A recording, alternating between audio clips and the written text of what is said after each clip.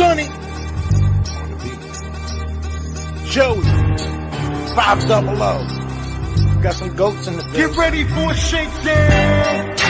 Prepare for a shakedown. We from Philly where they clap like huddles when they break down. Get ready for a shakedown. We underdogs, my guy. Kinda used to all the hate now. Prepare for it, man. Y'all get it. My QB got swag. My wideout is award winning.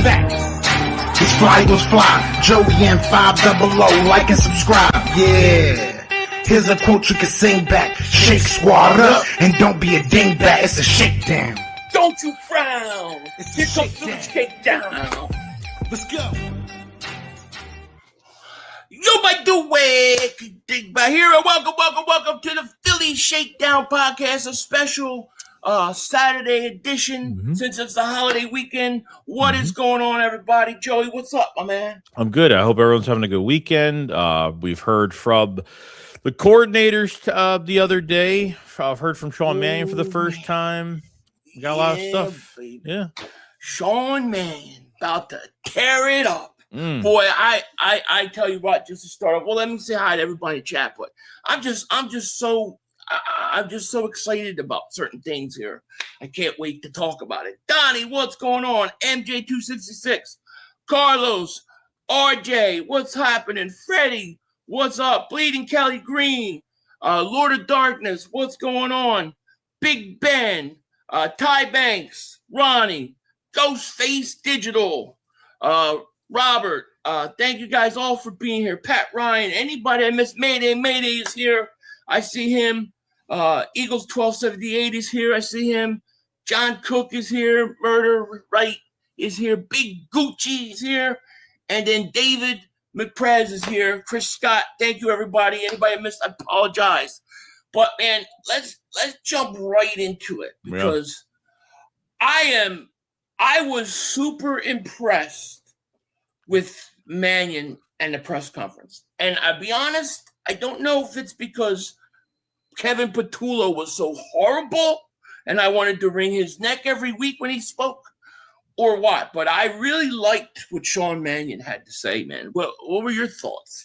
Yeah, like I felt like there was like a sense of direction. I felt like there was like a direction of where him and the quarterback kind of bouncing ideas off of each other and, you know, how they're going to work in this off-season program. I liked when he talked about concepts and being a tough and resilient offense. And it's not about one or two guys, it's about a bunch of pieces fitting that one puzzle.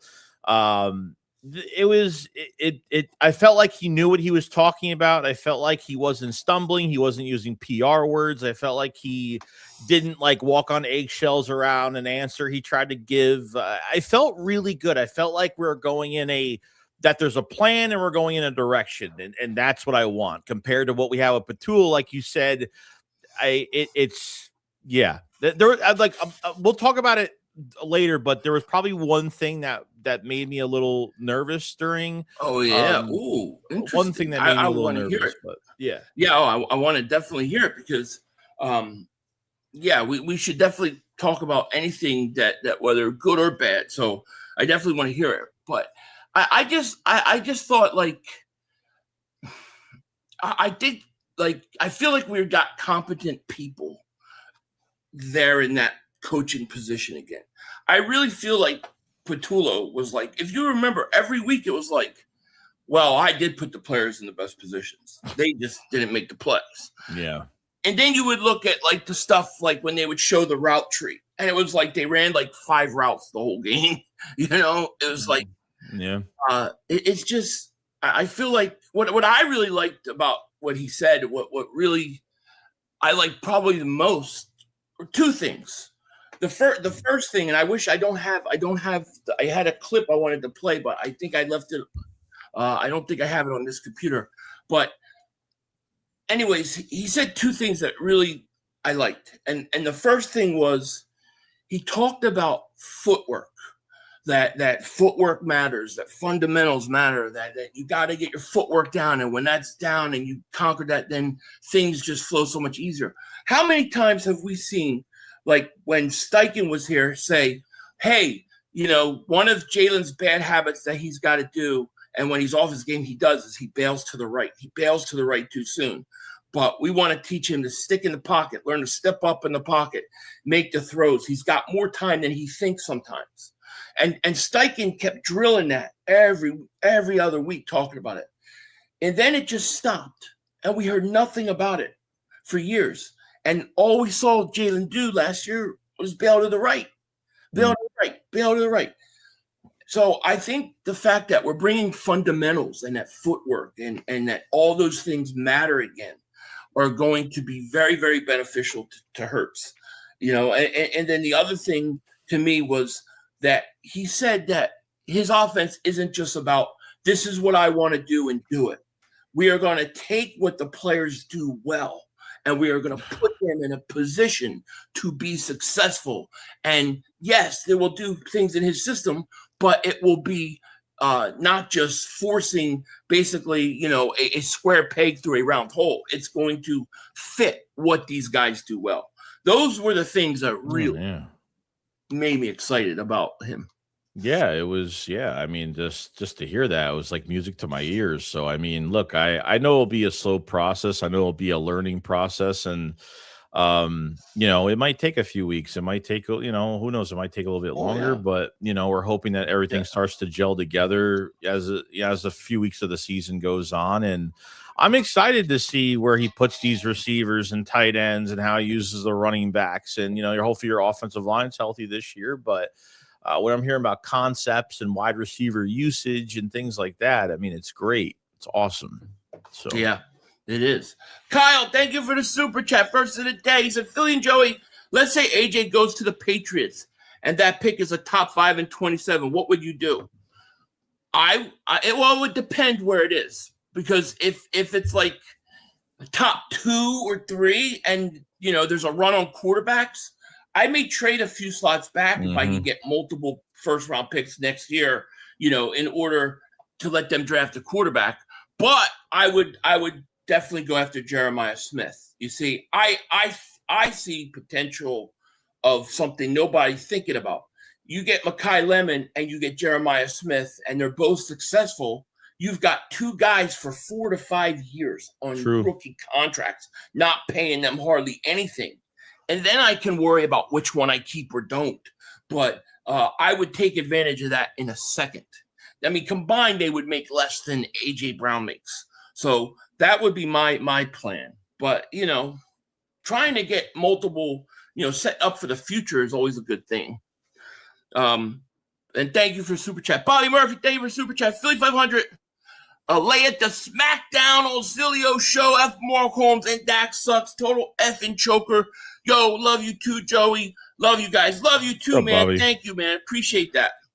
It's like I go in there as a Mark and Dan Cilio makeout session on Dak Prescott. It's gross. But so I mean, getting back to Mannion in the offense, I liked what he had to say. I did. Yeah. True. Random says, happy Memorial Day weekend to all the vets. Thank you for your service. Thank you, my man. And shout out to all the vets. Thank you for your services. Absolutely. Tortyville says, I do expect us to use more motion, more rub routes to help the wide receivers. That will be positive. I think so. I think also the short passing game. Like, there are a lot of times, if you look at the way teams play us, it's like they kind of knew where our receivers were going.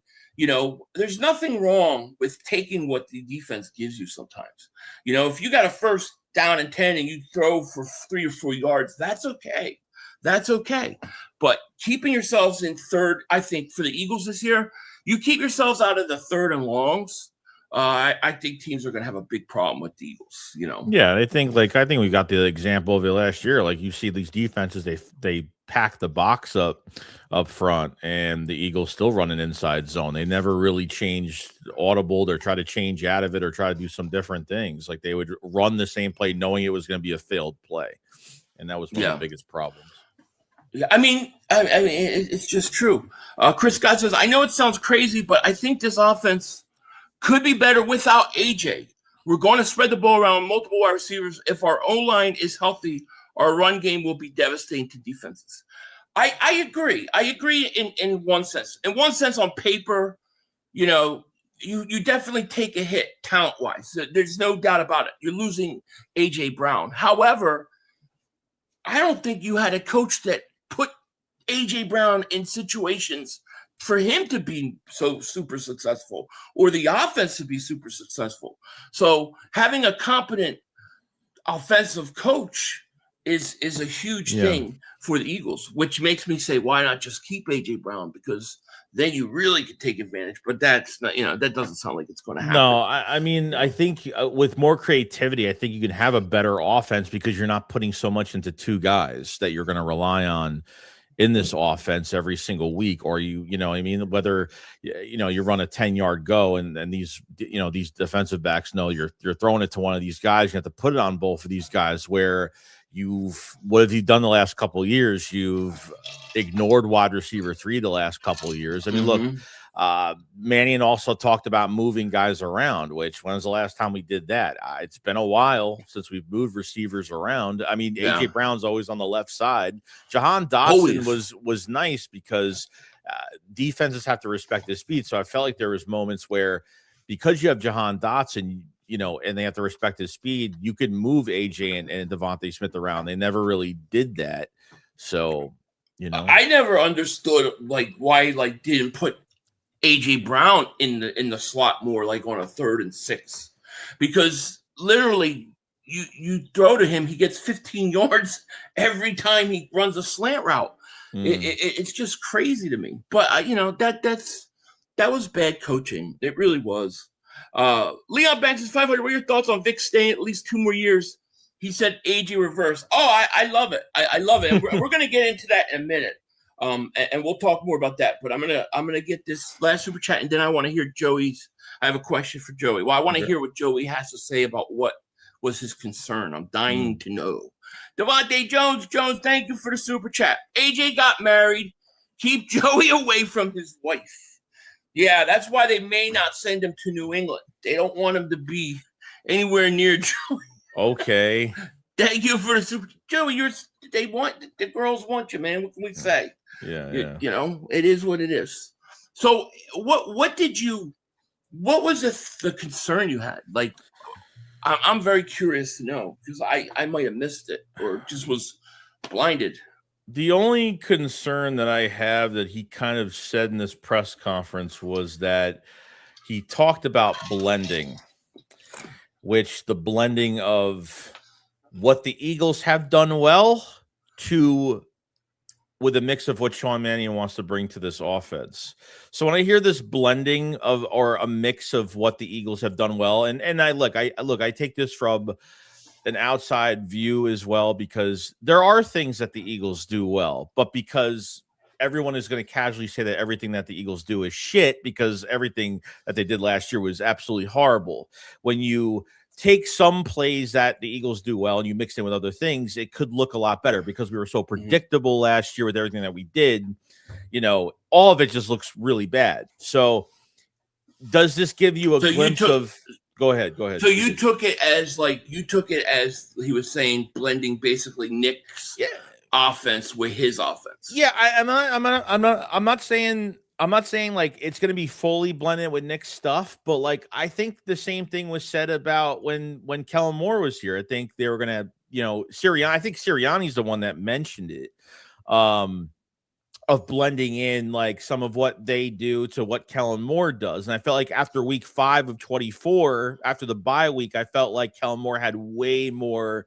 The players spoke up on running the ball more. Kellen Moore had way more control over the offense after week 5. So that's the only thing I'm worried about. I'm not thinking that that's going to be it. I feel like they will take some things that the Eagles do well, and infuse it with some of Mannion's new stuff. But that's really the only thing. It's not like a red flag or it's not something glaring. No, I get it. No, I get it. Well, because if he's blending, if he's forced to blend his offense with Nick Sirianni's offense, then I agree with you. That's a problem. I think I took the quote a little different. Like, I thought he was, and what I got out of it was he was talking about what the players in general, what they do well, their strong points, and he was going to take the things that they do well, the routes that they like to run, the things that work for them, and he was going to make sure that he utilizes that more within the boundaries of his offense. But if he's going to do the whole, hey, Nick, we're up 10 points, it's time to go to prevent offense, then, yeah, it's going to be a problem. Yeah. You know? Yeah, you can take it in a bunch of different ways. Yeah. Yeah, you can. And that's what we'll know. When the Eagles were up like 21-0 versus Washington week 1, and it's like, you know, he goes back and play actions and he hits Devontae Smith down the field deep, and he's just going to be a stone cold killer. I'm like, yes, let's go. But if he's like, all right, it's third and 6, Shipley. Let's run the ball to the same place again, the same gap. Everybody knows, yeah. So then that would be a problem. I've said this. I think that playing that prevent offense is just like my number one biggest fear, that they fall back into that on some level. I remember you were making jokes last year. One of the shakedowns, you were like, "Yeah, Patul, in the middle of the night he calls Nick, and he's like, hey Nick, on a 3rd and 26, let's run the ball with Shipley." Let's run the ball. I know it's ridiculous, dude. It was ridiculous, dude. I've never seen that. Out of all the years I've streamed games, all the years I've been doing this, I've never been in a chat where everybody's calling the exact play out beforehand consistently, dude. Yeah, week to week, play to play. It's just if it's that obvious to us, it's that obvious to the defenses. What's going on, Elaine? How are you? How are you? Now, Brandon has a question. What do you guys think about the Chargers team playing Philly? Yeah, we're gonna get into that. I'm gonna hold off on that just a little bit, because I want to circle back around to that, because I definitely want to definitely talk about it. JP Martinez says trade up for South Carolina Dylan Stewart in 2027. I have no issue with that at all at the time when the time comes. But so I mean, overall, I think Mannion was pretty good. And then you had Vic Fangio spoke. I love Vic Fangio press conferences because he gives you so much, you know. But as somebody asked earlier, 2 more years. It looks like we got him. What do you think about that? And do you think that it's smart to tell that and say that, or do you think he should have just kept that quiet? And I say that because other coaches, like a Clint Hurt, will he be patient and wait? That's the question. Yeah, I don't know. I mean, I think because of all the rumors that came out that he's been contemplating, or it was this year after we lost Stoutland, then it was going to be him, and then we're all freaking out that we're going to lose him after this year. But I mean, just got to keep him happy and just have a good year. And I mean, maybe he'll be more motivated to stay longer. So, I mean, that's good. I mean, no, I don't see why what the big deal is of him saying that at a presser. But Clint Hurt wise, I don't know what it's going to take him to get, a DC job out there. I mean, maybe he'll get one next year. I mean, we'll see how it goes. But if he's in line, did interview for one. Just one. He did interview for one with Miami, and that was kind of when the Eagles changed his title. Yeah, it wasn't just defensive line coach. Now it's like what, defensive line coach and assistant coach or something like that. I believe Clint Hurt. The fact that Clint Hurt was, you saw the video where they're talking about UA Bernard. Him, and Clint Hurt. I mean, to me, the fact that Clint Hurt is out there and he's there, and he's speaking up in that draft room. I think they want him to be the future defensive coordinator for this team. So I would make sure that I pay him and he stays and he's happy. Now we'll see how it goes. But I really want Clint Hurt to be the next defensive coordinator. Yeah, might be it. Yeah. But the other thing that he said that I thought was interesting was, I don't think it was that interesting. I think it was more confirmation. Well, there are 2 parts to it, I guess. The part that I found surprising was when he was talking about the safety position. He said that he really likes Marcus Epps. Like Marcus Epps is going to be right now going into training camp. He looks like he's the starter as of now. What are your thoughts on that one? Well, I said that he looked good when he came. Look, the one problem with Marcus Epps is it's a health concern because the guy can never stay healthy. Okay, he's not some top talent, but he knows the players, he knows the scheme, and we had him when he was here. I think in 22 to 20, I think 21, 22, whatever. So he's been here before, but he played pretty good at the end of last year. So as in the box type safety coverage is not great, but that's why he's in the box. I think this is a wait and see approach because I know that he talked about Epps and then he's going to put Michael Carter at that spot at some point. And which is what we've been talking about. We knew it. Yeah. So this is why they haven't signed a safety. This is why they drafted the Wisniewski kid. He's going to get a nice look. They think of him as a Reed Blankenship type. I mean, he's like 6'4", 230 something. He's a big safety too. So I think by like the first month we'll see Fangio will have a big decision to make. Otherwise, you got Kenny Moore that's still out there unless he signs with somebody else. And unless they want to trade for a safety, I don't know. But there'll be a competition. It sounds like, yeah. I think to me, I'll be honest. I think Epps is I think he's okay. I think he could. I think he's a really good backup. I think he's a borderline starter. I think Michael Carter, hopefully for me, will win the job. Just because I kind of know what Epps is.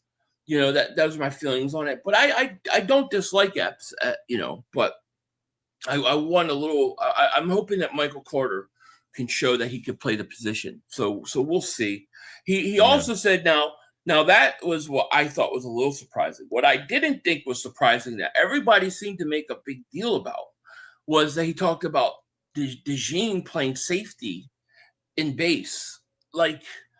Why is that? I don't know why that was a surprise. We knew this from last year. They've been doing that though. They've been doing it. And everybody was reporting it. Right. Yeah. And so I'm seeing on Twitter, Cooper DeJean moves to safety. It's no, he didn't move to safety. Right. They don't want to take him out on base. If you're in base defense, the nickel corner comes out. Right. So if he's out of the game, you got DeJean on the sideline. You don't want to put DeJean on the sideline. You want to put him. I mean, DeJean is what the Cowboys dream of. Their Caleb Downs could never shine. He could never come close to what Cooper DeJean is. Let's face it, Cooper DeJean is what the Cowboys dream Caleb Downs could be, but he'll never be that. But I think DeJean in base safety, not a surprise. And I love it. I mean, you want him on the field, dude. You gotta keep him on the field, Yeah, it's only normal to do that. I mean, I think I don't know if Michael Carter's going to play double duty and be he might if he is the starting safety, then what? Then you have nobody behind DeJean, God forbids, you don't really have anybody there. And that's the inside corner spot depth wise. We kind of need somebody else there. Maybe they're looking for somebody else. I mean, they'll put Andre Sam. They'll try to try Andre Sam at safety. They'll try a bunch. The thing is I love about Vic is he doesn't play favorites and he lets no one's a guaranteed starter. He competes, he lets everyone compete. There's no Jim Schwartz had his favorites when it comes to positions. He would never move specific guys that he liked in his own way. Nate Gary, Derek Barnett, things like that. So good memories. Heart attack. Yeah. Nate Gary. Ugh. But no, I mean, I think that it's not a surprise. You want to, we've talked about DeJean since he was coming out, that eventually he should learn how to play and know every position in that secondary, and you can utilize him like that. If DeJean became a full-time safety, he would be the best safety. He'd be top 2-3 safety in 2 years. Yeah, maybe even sooner. And he's going to struggle because, he's going to struggle. He struggled at outside corner before. He struggled at safety before. He struggled because he doesn't get much reps at the spots. So he's played safety in college, though. He did play some safety at college. Yeah, but I'm saying you're not getting consistent reps from off season with the Eagles. And then, you're not getting a ton, I mean, full time. I think it's easier to transition from a nickel corner to safety and vice versa than going to outside corner. Yes. And I think I think ultimately, if you put him at outside corner, obviously it's not happening, but you handicap his skill set, put him at nickel, or he plays safety, and I think you get more out of him from a coverage standpoint to him being technical in his open field tackling. So I feel like you get way more value out of him as a Swiss Army knife, 100%. I mean, Dejean, like you look at both those guys, Quinyon Mitchell and Cooper Dejean. Yeah. I mean, you were talking top tier talent in that secondary, top tier, and that's it's hard to just find talent. You can't just put a player out there and think, oh, I got a good coach, he's we'll be fine. You got to have talent on the team. Chris Scott, Dave for Super Chat. When we get 27 or 28 first from New England, we can easily trade 2 firsts to move up top 5. Get Jeremiah Smith, Lemon Stowers, 5 years of control. I know it's such a Howie thing to do because nobody would expect it. Which I totally agree with you, man. Yeah, totally agree with you. Yeah. Let's see here. Let me catch up to Super Chat. Nick, Dave for Super Chat. Boys, did you see the Chargers playing in Philly? Yeah, we're going to talk about A.J. Brown in a second here too. But but the defensive, I just want to finish on this defense for a little bit. He talked about I think that it was interesting what we saw, what they said about the safety position. Of course, Nolan Smith. We had the incident with Nolan Smith getting arrested for speeding. I don't think that helps his cause getting a long-term contract, but hopefully, he can learn from it, move past it. I will say this though, he looked like he bulked up, man. He put some good weight on this all season. So maybe that's a good thing, Yeah, I mean, I was kind of surprised by that. I wasn't even on social media most of the day, and I kind of turned my phone on. I was like, oh, he got arrested. I mean, going 137 miles an hour in a 70 mile an hour zone, and this isn't the only time this has happened. This happened in 22 as well, where he drove through a construction site with no license. I don't get these Georgia players. So Joseph Kirby, the head coach over there in Georgia, he's dealt with over 20 incidents with players with this reckless driving. I mean, from news like this, not to say it in a bad way or sound stereotypical, but I would thought Jalen Carter would have gotten in trouble more than Nolan Smith, just from past stuff too. But it was kind of surprising, but it's dangerous, and you really put people's. I mean, everybody don't need me to tell you what all the dangers of it. It's dangerous, and we shouldn't do it. And we all know that. Yeah, you saw the Henry Ruggs stuff. I mean, that's the last thing you want to happen. Well, happen. That's the thing. To me, what doesn't take it to the next level in terms of punishment, suspension. If you add a DUI, driving under the influence, that's where it's bad. Then you're going to get really big trouble. And I'm not saying that what he did is good. It's not. It's reckless and dangerous. And you guys have heard all those things. It, but it doesn't help his cause though. Trying to get an extension. Yeah, wasn't the last time we dealt with this? I think was when Josh Huff was on the Walt Whitman Bridge and got caught with the hollow point bullets, and then he had that press conference. He got caught with bullets too. I mean, he got caught. The problem was he got caught with a gun. With weed, with drugs.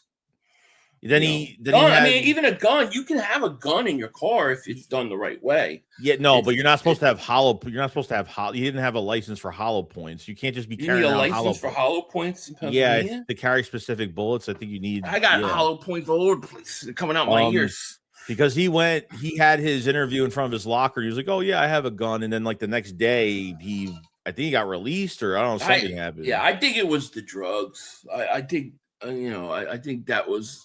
I think he had marijuana or something on him too, which at that time was a lot more strict with their whatchamacallit. Yeah, you smell it everywhere you go now.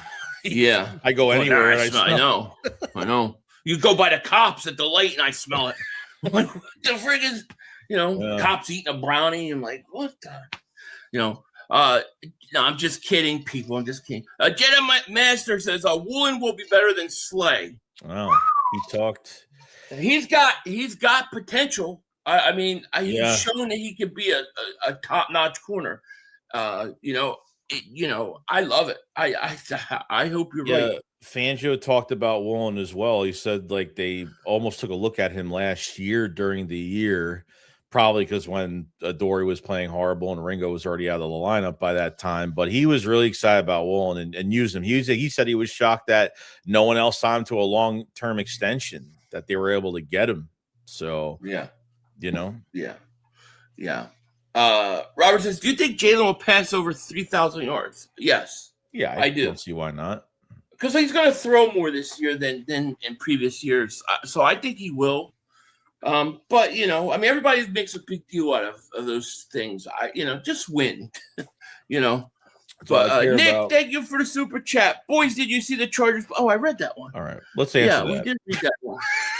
I got that like I know. I'm sorry. Light Barrett Invicticus. If I said that wrong, I apologize. But thank you so much for the super chat, my man. We appreciate that. Thank you. You all see the drama between Abdul Carter and Dart? The stinking Giants season already over. Oh man, no. I didn't see it. I'll have to check it out. I don't. What was it referring to? Do you know what happened? It's very political, so I'm kind of gonna stay away from it. Yeah, it's very political. So I haven't seen it. No. Yeah, it's pretty bad. Political bad. Reese Brown says 500. Let's go, Birds. Let's go. Exactly right. Yeah, I have no idea. I don't know what Dart. Not bad as in like it's bad, but to Abdul Carter wasn't really happy about something that Dart did, and everyone's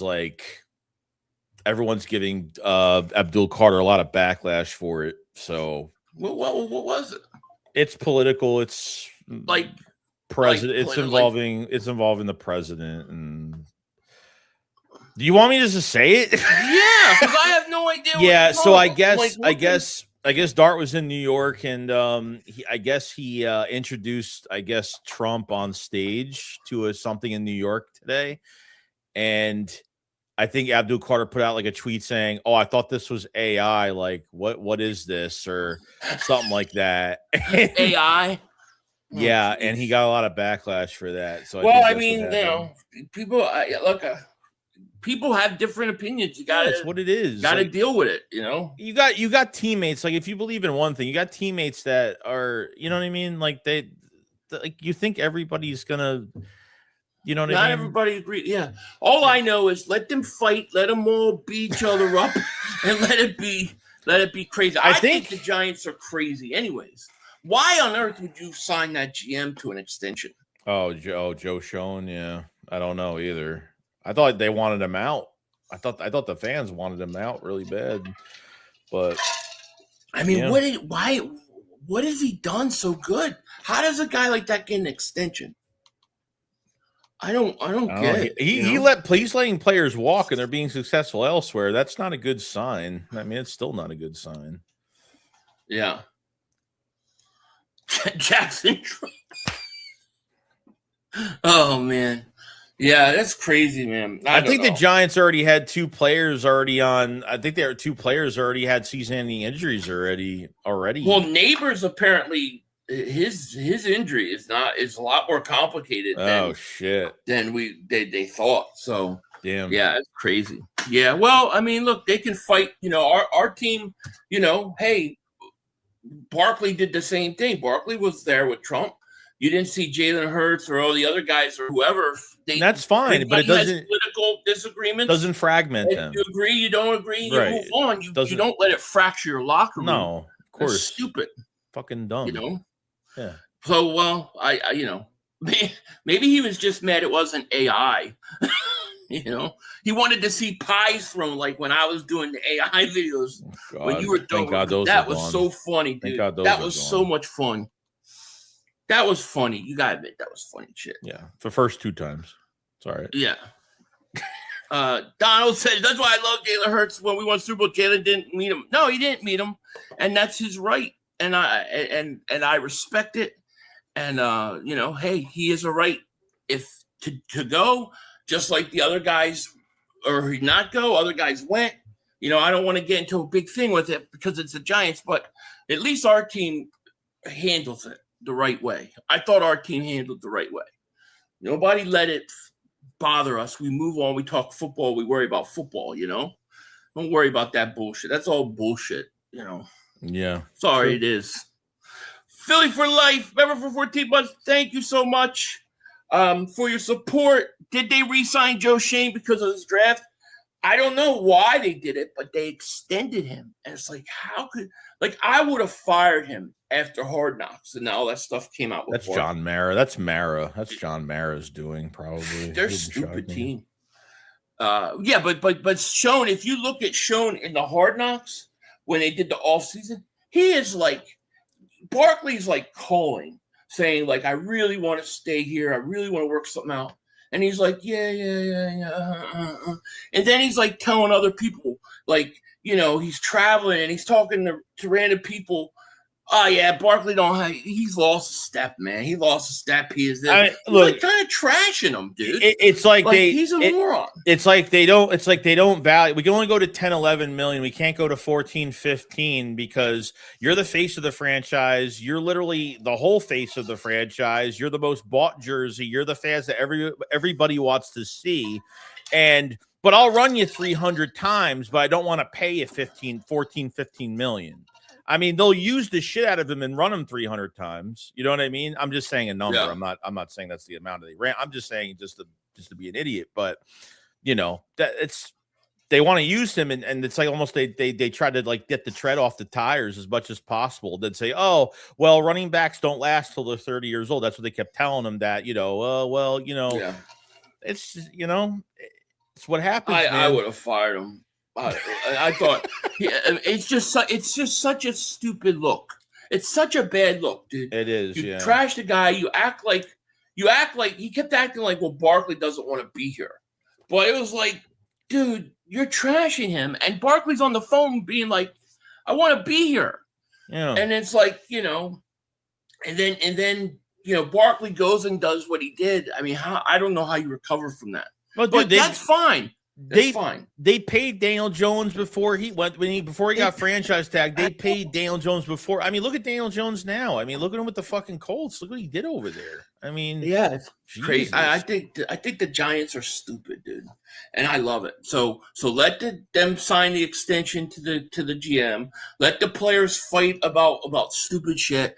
And dude, the Eagles, we can focus on winning a Super Bowl. It's crazy, dude. Like, even talking about the NFC East, like every time the Eagles can lose like the head chef to the fucking kitchen and they're moving back in the season. You know what I mean? Like every time the Eagles lose an assistant coach or they lose something, like it's always they're going to take a step back. But every time, like, you have Dak Prescott and the Cowboys, right? I mean, 8 fucking years of the league. Can't even make it to an NFC championship game. You have Washington that had one good fucking year off of an easy schedule that were hyped up to win it all the rest of that year. And the Giants, I never hear anything bad talked about them. Yeah. I know. It's like, dude, it's like the Eagles lose one player and Mark Holmes is running out there and all running out there. The Eagles lost this player. It's like all the players we lose were the only reasons we won Super Bowls. It didn't have to do with anybody else on the team, just the guys that leave. Right. They're the reason we won, and now that's why we're going to stink, right? Like Christian Parker. Oh, Mark Holmes putting shirts out with Christian Parker. Hasn't called one play yet. He couldn't stand the fact that they were going to interview the guy. Now they're acting like he was the reason we won. He's the reason why Cooper DeJean is good. He's the reason why Quinyon Mitchell is good. No, they're good because they're talented. He's a good coach, but he's also got talent to work with. That's what they don't understand.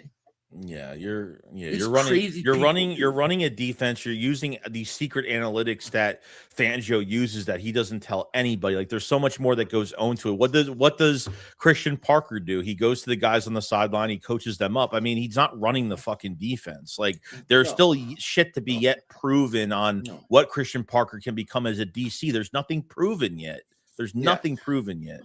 Yeah, Cowboy fans think that they drafted Caleb Downs and they got Christian Parker, so that means that Caleb Downs is the next Ronnie Lott. It doesn't. You have to have the talent to be that. So we'll see. You want good coaches and you want talent, and the good coaches can develop the talent. But if you don't have the talent, forget about it. Philly 7265 says, "My name is Pig Sills. I blame Jalen Hurts for high gains." Is that him? Oh man, I gotta show Cilio that picture. I gotta show Cilio that. The light bearer, thank you for super chat. Politics, the great divider of the CT Giant. It really is. It really is. Giants, they're done. They're broken now. Giants season over. They'll be back in the closet after week 2. New Jersey Fishing Maniac member for 29 months. Thank you so much. I'm waiting for you to watch my fishing. Oh, your fishing stream. Yeah, dude. I'm going to watch it. Put a link in the comment section after this video is over, and I will watch and comment and subscribe. Here you go. But definitely, man. Like Barry Victus, thank you for super chat. I love it. Every fan base is uniting to hate the Giants. Pinch me if I feel like I'm dreaming. Yeah, dude, we hate the Giants. They're so easy to hate. Light Bear Victus, thank you again for the super chat. We are all Pig Sills. We're all Pig Sills. It's hilarious. Cali Eagle, thank you for the super chat. Breaking news: 32 teams have already inquired for Sean Mannion as their next head coach. Bro, I'm fucking telling you. I know. Dude. He's going to have like 2 great weeks, and it's going to be like he's already hired. He's already gone. It's going to happen. I'm telling you right now. Like, I know. Like it's going to happen. Like if this goes well, I don't even know what you do because you can't block it. You tell Nick to bye-bye? I'm keeping my court. That it's a shitty situation because your head coach does fucking nothing. Like that's not he does nothing, but he's a guy that knows how to trying to figure it out. He's just he's a motivator. He's a culture setter, and I mean that's as far as I really know that what he is. Yeah, exactly. Now we're gonna get into the AJ Brown thing in a second again because let's face it, until this happens, it's out there, and what I'm hoping for now is that if we're going to have to trade him, that it goes the right way and we get the most for him, and so that's going to lead us into this interesting prize picks discussion, my man Joeyshakes. If you want to tell everybody about it.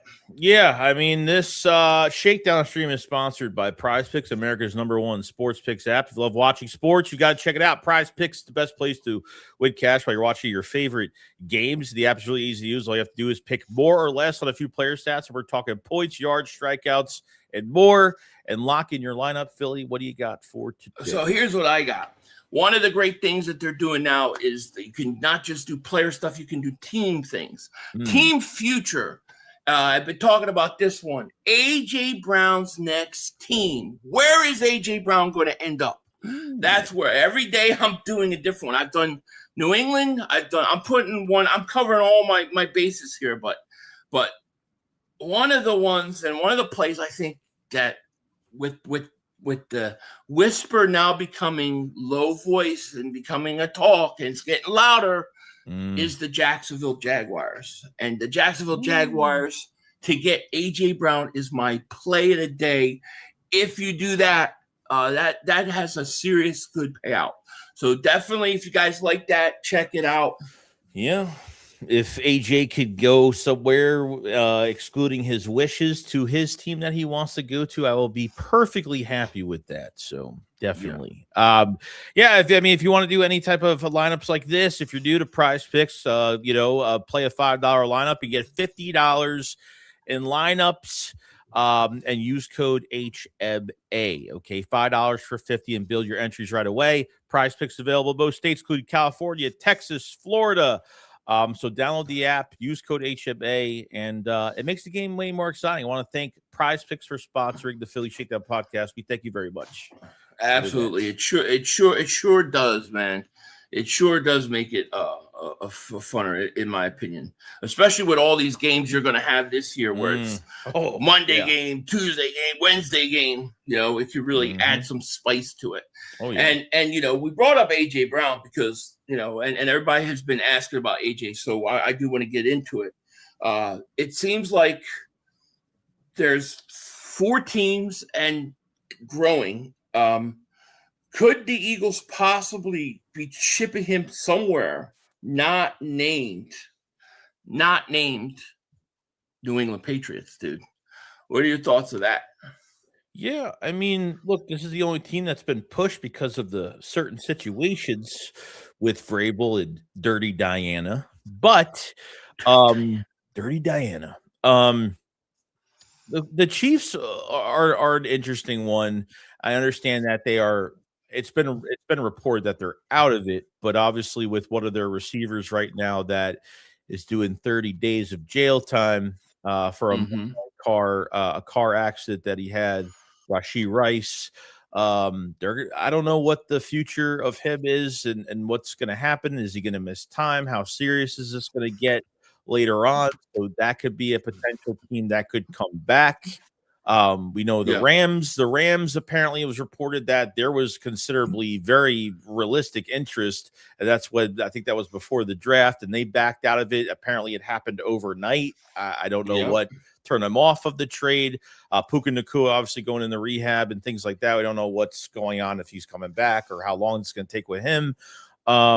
And I think the other one that we're looking at is Jacksonville being like an underrated team right now that could kind of come in and swoop in for a receiver. So right. And then we got the other news on. Well, hold on. Let me get into this. What the fuck is that?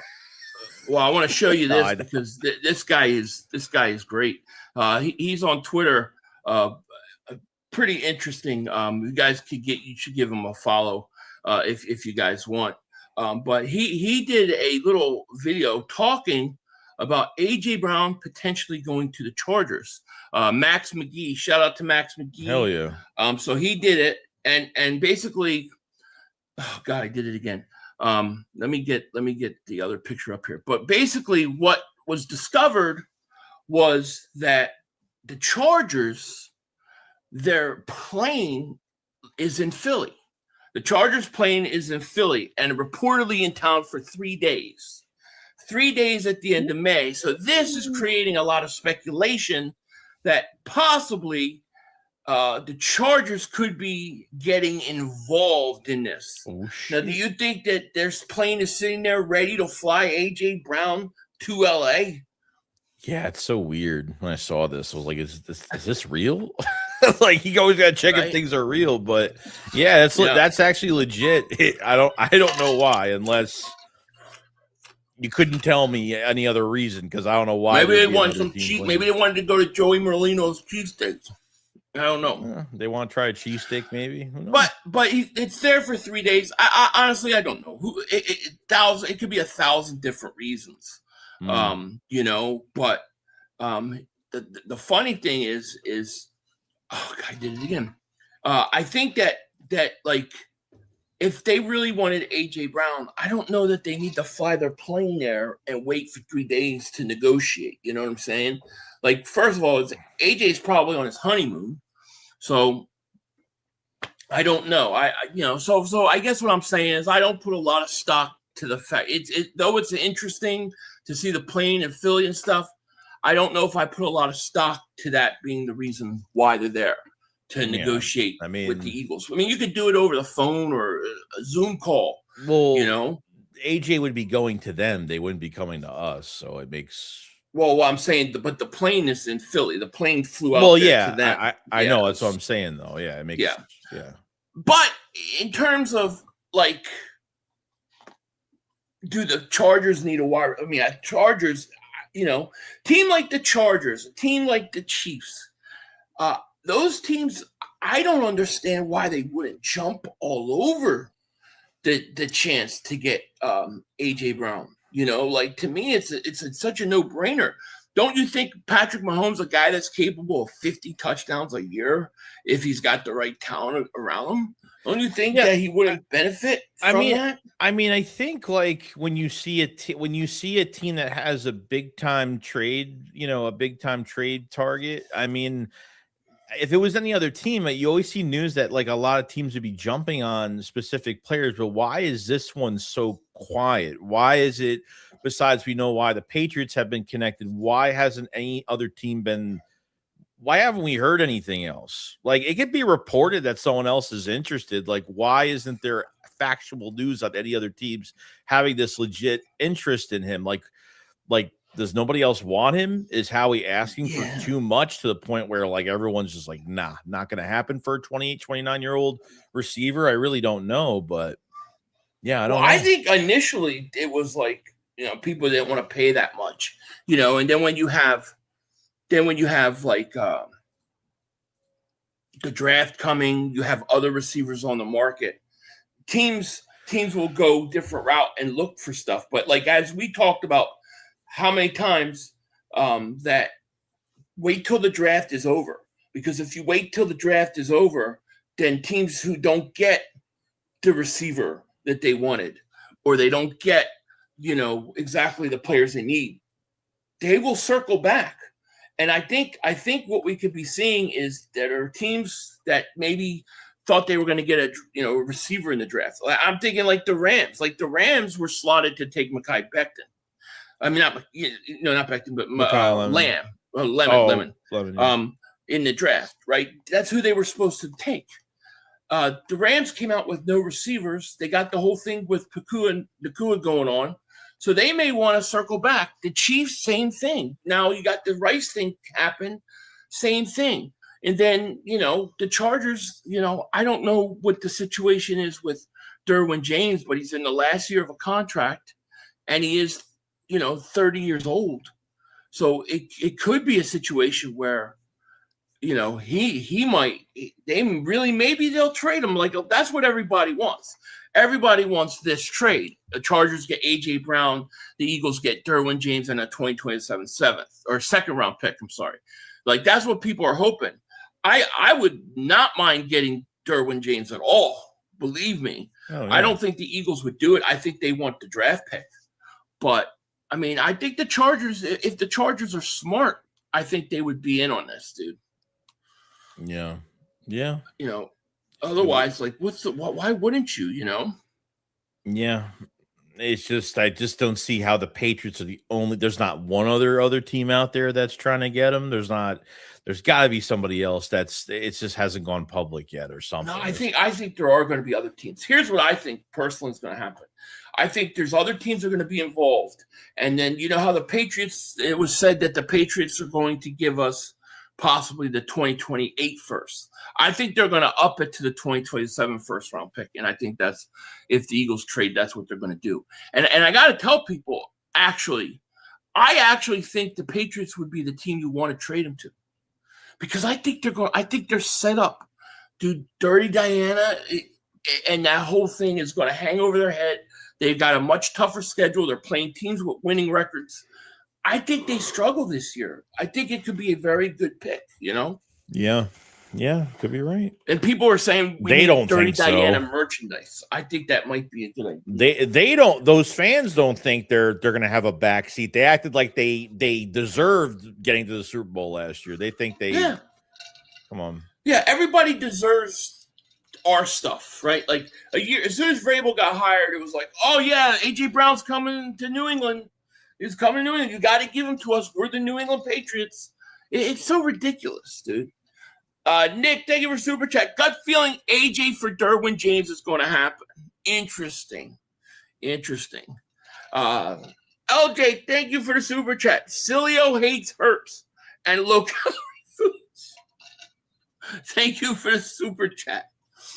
I hate low calorie foods too, as you can tell, but I love Jalen Hurts. Now, I'll say this: if you said to me, "What's my like out of the blue, like really crazy scenario," I think could happen. I'm not saying it will, but I'm saying like could. I think Christian Gonzalez. I don't know why, but I'm telling you, I believe that in the Devontae Smith softball game conspiracy theory, I believe it's real, dude. I do. If they feel like they can't, yeah, I mean, you're gonna have to if you're gonna make a trade for Christian, if you're gonna have to trade AJ Brown over there, get Christian Gonzalez, you're gonna have to trade Reek Woolen. You're gonna have to trade Woolen. You have to put Woolen in that trade. No, I keep Woolen. I keep him. You ain't got that. I keep him. Yeah, I don't know. Why not move Woolen to safety if he could play it? I don't know if he can play it. No, they might put Woolen in a trade. I mean, I think this is like I'm not saying this is real. I'm saying this is like if you had to choose one crazy trade scenario, what could it be? And that would be my choice. Yeah, I mean, plus, are the Patriots trying to, can they afford AJ after 1 year? Because AJ's going to need a new contract. I don't know how much he's going to want, but that's what they're going to have to worry about. And then they're going to have to pay Gonzalez after next year. They have to get a contract Gonzalez ready got by 2 years left on his contract. Yeah. And AJ, I know. Not like obviously, like I said, this is like a crazy out of the blue one scenario you could maybe see, but most likely it's not going to happen. Obviously, I mean, to me, it's counterproductive, really. But the Patriots haven't signed him to an extension, which I don't know. I don't get why they're waiting, but we'll make it work if that's what happens. Patriots media is saying giving up a 1 for AJ is a mistake. Well, then they don't get him. I don't. We can't lose this situation. We can't lose it. I don't know that the Patriots are so hyped on getting this guy, but they don't want to give up anything for him. That's what I just don't. I don't get it. Like they're like, oh, the Patriots. I think Patriots radio is like, oh, if we're giving up a first for 28, they should be giving us a third back. It's like, why? Like, why do we have to give you a mid-round pick on top of it? Like, what do you think this is? If Jalen Waddle got a first and a third, now how can anything less than a first and a third be even like talked about? What, because he's a little bit older? I don't care that he's a little bit older. He's still a better receiver right now than Waddle. Well, yeah, by a landslide. Yeah. Master Eagle, what's going on, man? How are you? No, I mean, don't get me wrong, anybody. That wasn't like we're not talking serious. We're talking like out of the blue, crazy trade scenario you could see. Like if possible, what would it be? You could say anything. They trade AJ to Oakland, to LA or to Vegas for Max Crosby. Like what give me one crazy, but maybe slightly with a tiny thread of realistic possibilities. That's what we're asking for. Yeah. No way they give up an elite cornerback for AJ. They view themselves as a Super Bowl contender, and who on the roster would play? Well, yeah, I agree, but this crazy trade scenario situation. This is I believe in the Devontae Smith softball game thing. So why is Christian Gonzalez at that softball game this year? That's what I want to know. Yeah. I don't want any players back. I want a first and second rounder minimum. Get dudes on rookie. Yeah, I like the idea of that too. Like, yeah, get a first round pick. I mean, look, you're gonna have to pay a lot of guys on the defense. If you can start replenishing with first round picks, I totally agree with you. In realistic terms.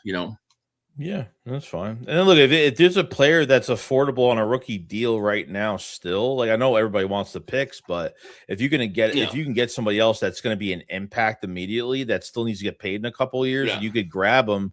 Who gives a fuck? Grab them, rent them for a couple of years. That's fine. The Eagles don't lose anything by that. Nothing. Yeah. Parker says 500. No disrespect to you, my man, but I don't know if you realize how much of a generational player Gonzo is. They're going to want a hefty package. Well, yeah, I mean, I'm not basing it on much reality. I'm basing it on a conspiracy theory that I have. The disrespect. But the thing is like, yeah, it's supposed to be. The idea is it's supposed to be give me one crazy idea or crazy type trade that you possibly could see with a little bit of realistic possibility.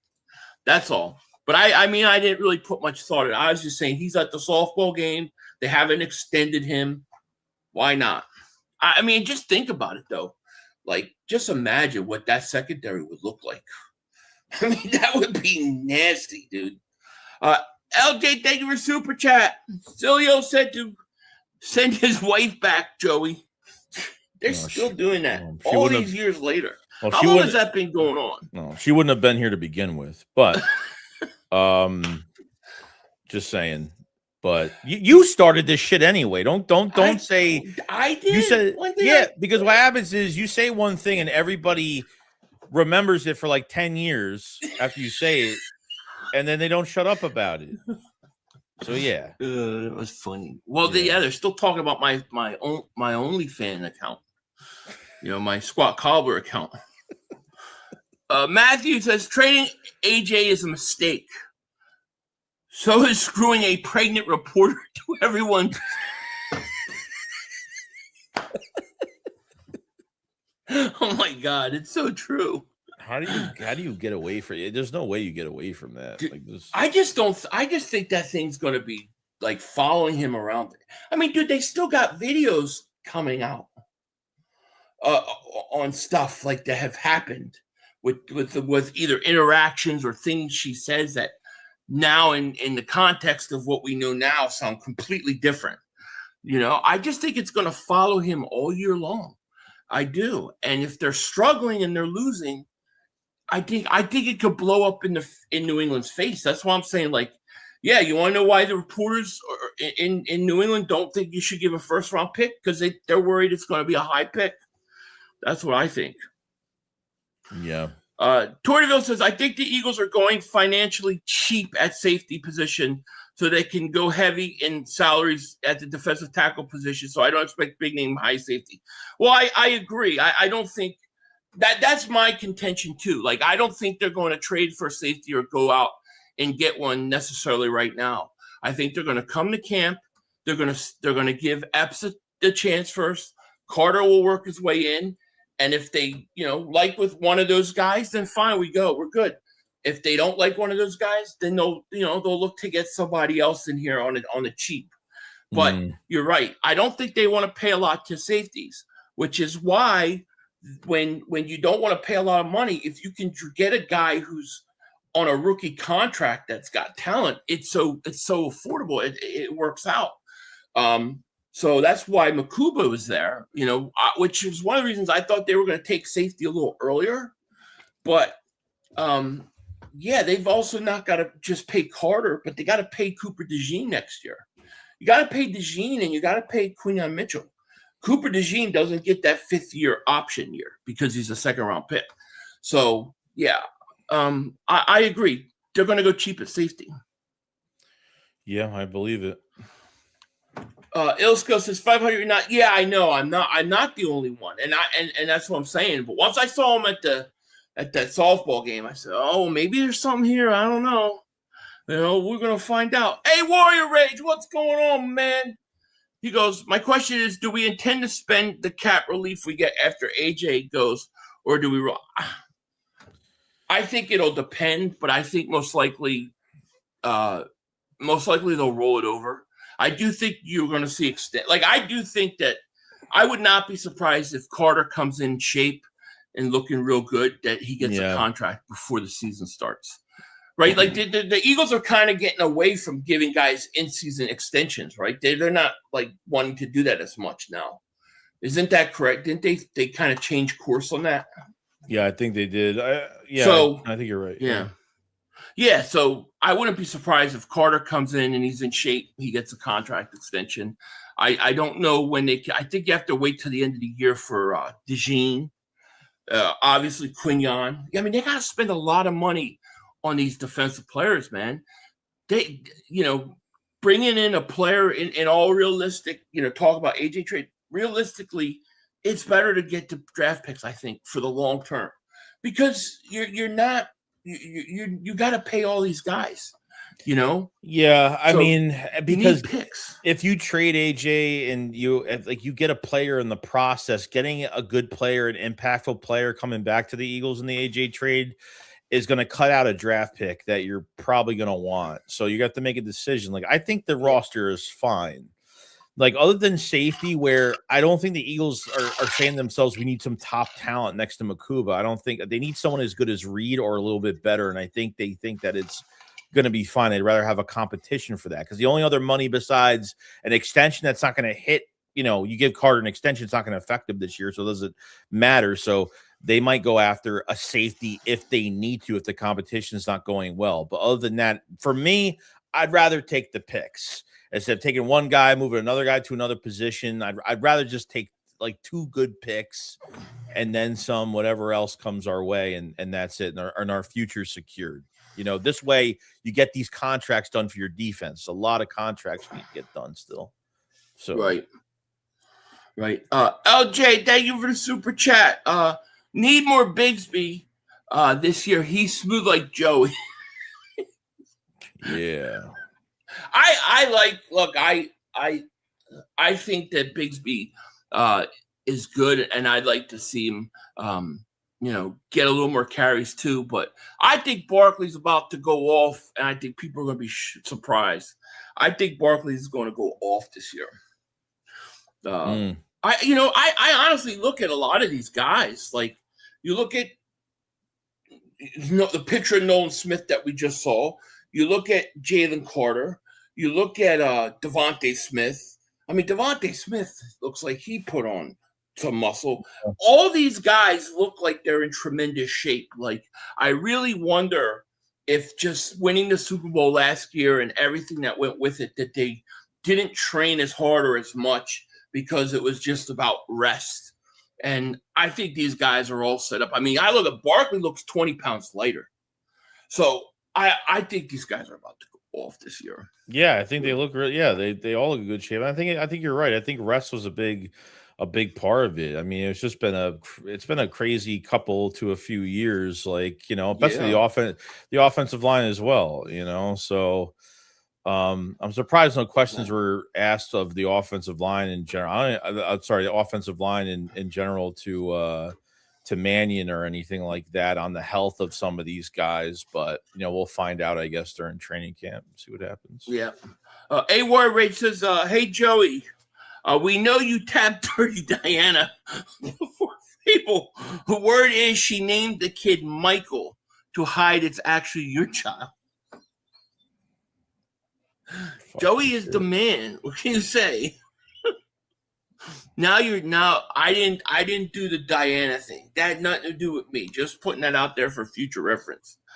Philly Matt, member for 7 months. Thank you so much. 500. How about AJ to the Pats for 2 firsts, 27, 28? Well, yeah. I mean, I would love it, but I don't think the Patriots will do it. I think the Eagles.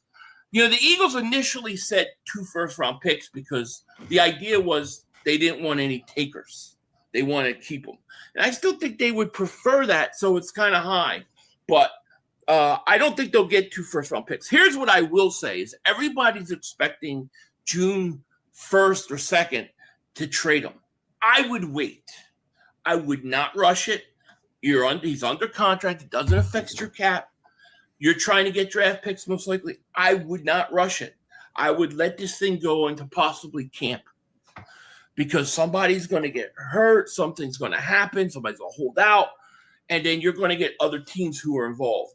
Look what the Cowboys got for Parsons late I know. in the process. Why do the Eagles need to do it June 1st and June 2nd?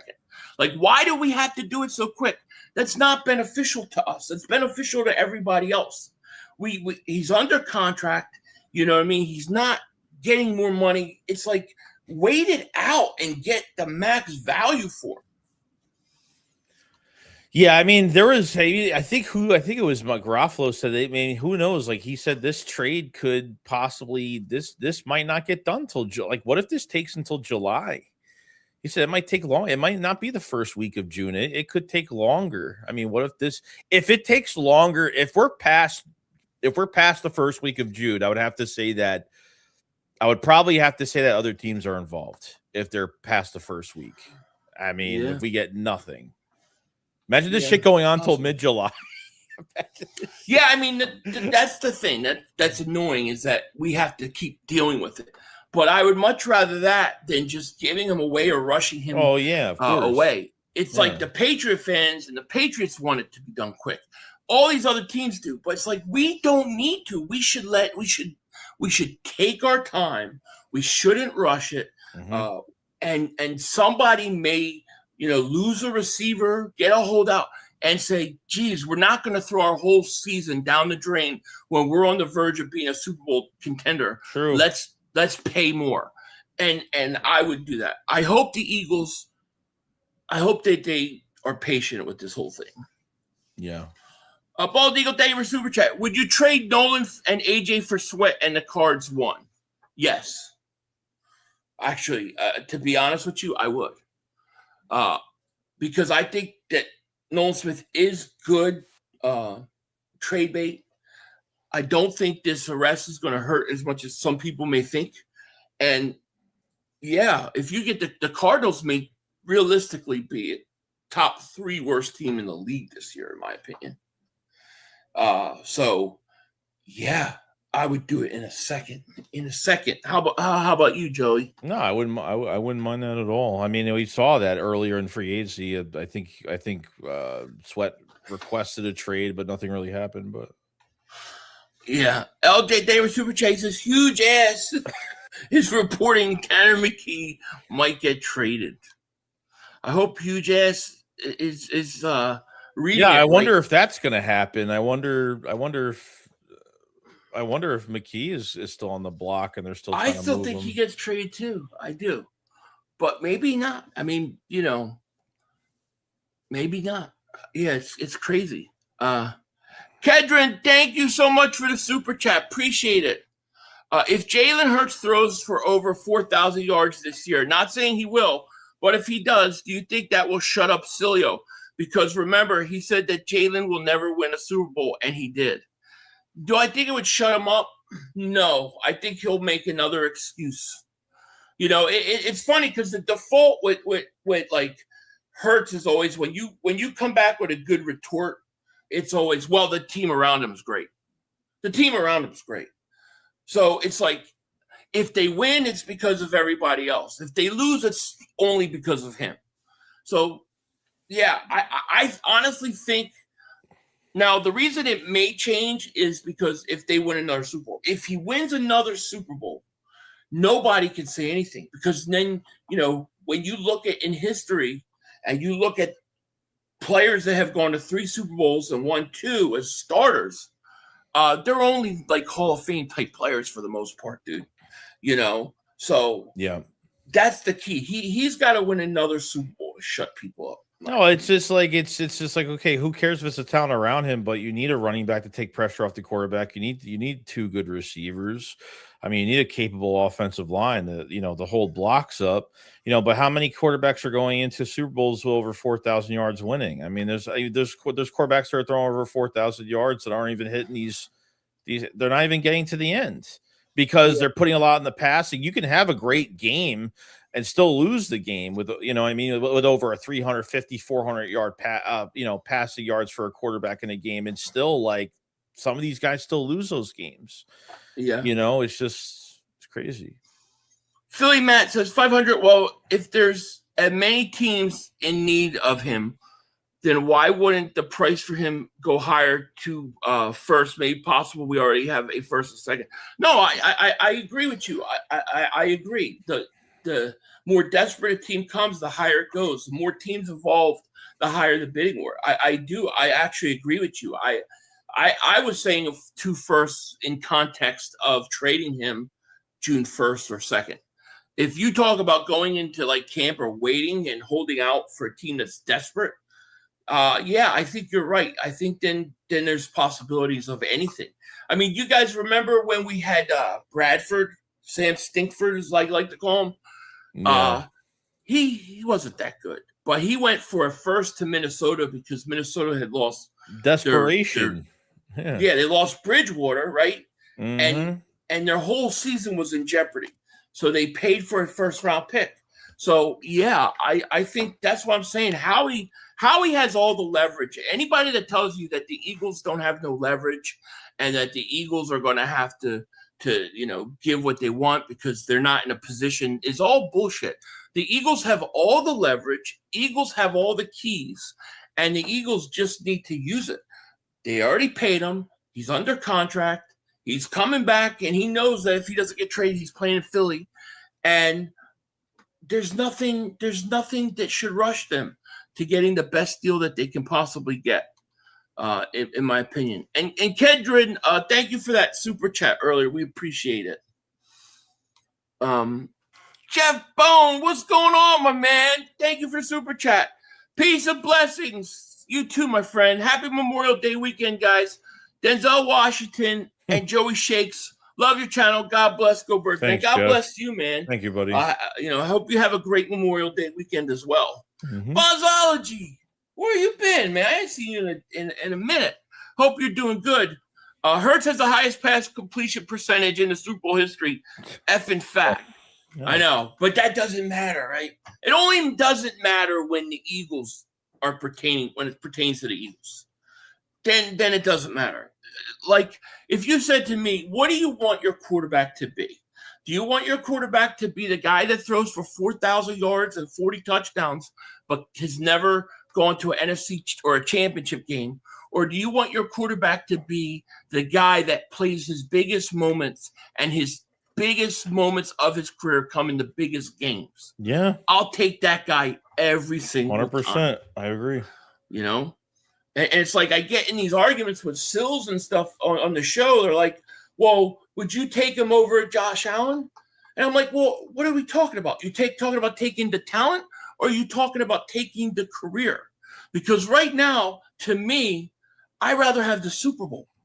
I'll take the guy with the Super Bowl any day of the week. And Josh Allen can't win on the road in the playoffs, and he had 5 turnovers in the last playoff game they just played. So I want a winner. I want the guy that wins.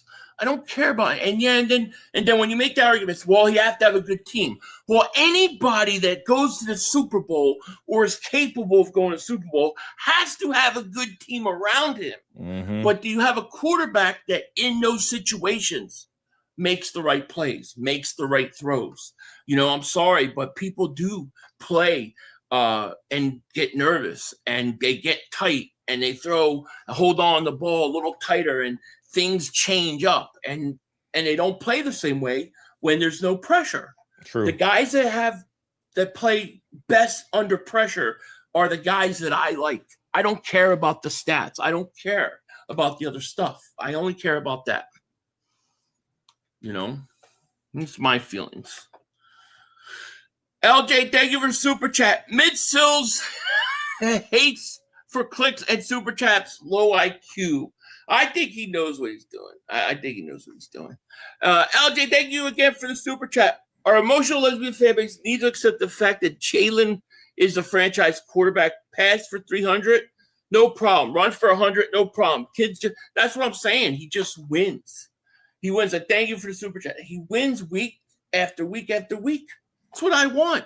Mm-hmm. When I grew up, it was Randall Cunningham. He can't win a playoff game. Then it was Donovan McNabb. He can't win the big game.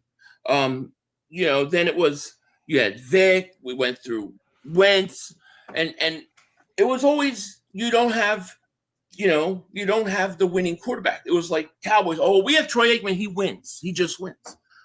That's what we have now, and now it's not good enough. It's crazy to me, dude. Yeah, I know. And I hate that we keep talking about it. It's like, I know. can we just stop talking about it already? The guy's, you know what I mean? He's the quarterback. He's here. Let's just go and play. Philly Matt, thank you for Super Chat. If the Pats offered 2 firsts, June 1st, would you wait? No. I would take it. Immediately. That would be it. Like, anybody that offers me 2 firsts is like, boom. And if you saw somebody walk by, that was somebody walking by. Like, somebody walked by and sneezed yesterday, and I got accused of farting in my stream. God, yes. And my wife is still laughing about it. But Philly Matt, thank you for the Super Chat. Battle Rail, Denzel Washington, double moonwalk, Mark Holmes, every ass went. You know it. Deshaun Watson likes happy endings, I guess. Cleveland sure doesn't. That's for sure, because they continue to lose. LJ, thank you for Super Chat. Far Holmes and Dak choke like Jenna Jones. Jeez. Boy, you're killing them today. Linda, thank you for Super Chat.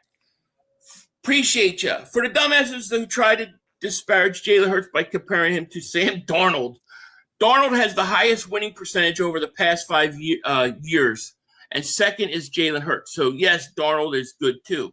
That's the thing. Like, people could say stuff about Darnold, but Darnold with the Jets is not the Darnold the last few years. I mean, Look what he did with Minnesota. Look what he did with Seattle. He proved that he's a good quarterback, and he won. So, yeah, I agree. I'll take the winning over the other 100% any day of the week. Jay of the Dog says, wait. I have a question. Can you explain to me the Jalen Hurts $255 million contract? No disrespect, but how does he get a new contract if he's got $255 million contract a few years ago? How's that work? Well, there's ways that they can renegotiate it, and then they basically tear that old contract up and rework another one, or they work it in.